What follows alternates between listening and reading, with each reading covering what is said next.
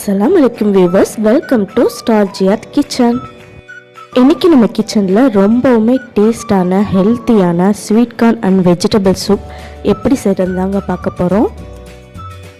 வாங்க எப்படி செய்கிறதுன்னு பார்க்கலாம். வெஜிடபிள்ஸில் நான் 6 பீன்ஸ் கட் பண்ணி வச்சுருக்கேன். வெஜிடபிள் அதிகம் சாப்பிடாத குழந்தைங்களுக்கு நீங்கள் 2 பீன்ஸ் போட்டால் போதும்.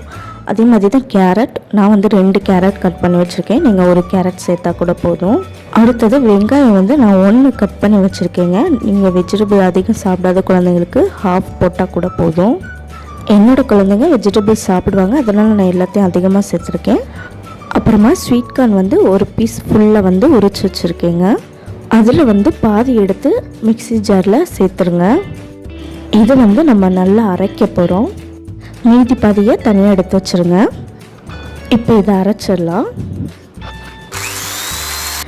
கொஞ்சமாக தண்ணி சேர்த்து மறுபடியும் அரைச்சிருங்க.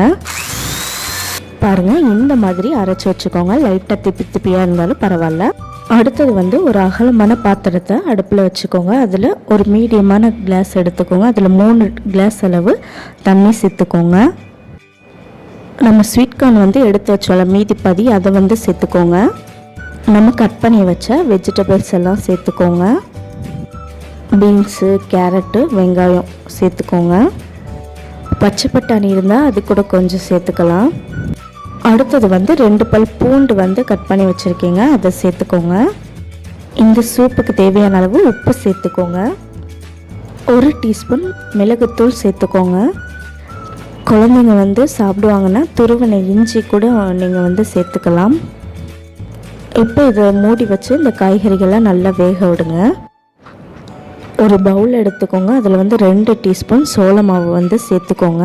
கொஞ்சமாக தண்ணி சேர்த்து அதை நல்லா கரைச்சி வச்சுருங்க, கெட்டி இல்லாமல். பாருங்கள், நல்லா கரைச்சி வச்சாச்சு. இப்போ நம்ம காய்கறி எல்லாமே நல்லா வெந்துருச்சு.